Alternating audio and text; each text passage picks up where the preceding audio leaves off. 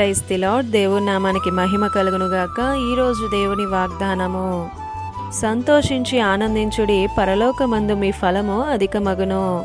మత్తయి సువార్త 5వ అధ్యాయం 12వ వచనము. ఈ ఉదయకాలంలో దేవుడు మనతోనే మాట్లాడుతున్నాడు, సంతోషించి ఆనందించుడి అని. మీలో ఎవరైనా కష్టాల నుండి, బాధల నుండి వెళ్తున్నారా? నీవారే నిన్ను నిందిస్తూ దూషిస్తూ ఉన్నారా?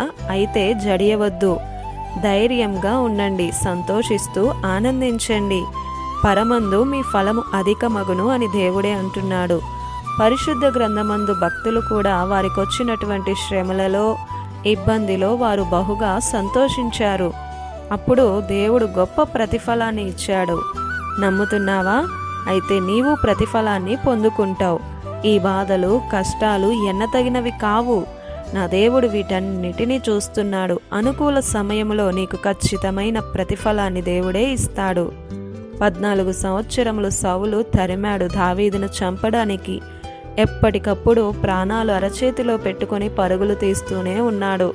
నా దేవుడు నా పరిస్థితిని మారుస్తాడు అని నమ్మాడు దావీదు. ఒక రోజున గొప్ప ప్రతిఫలాన్ని పొందుకున్నాడు. ఏ దేశంలో అయితే తరుమబడ్డాడో ఆ దేశానికే రాజయ్యాడు.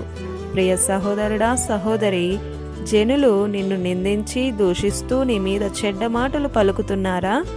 లేనిపోని మాటలు నీపై ఆడుతూ హేళనగా అవమానిస్తున్నారా? భయపడవద్దు, సంతోషించండి. ఇవన్నీ మీ ఆశీర్వాదాల కొరకే, మీ దీవెన కొరకే. గొప్ప ప్రతిఫలాన్ని పొందుకుంటావు.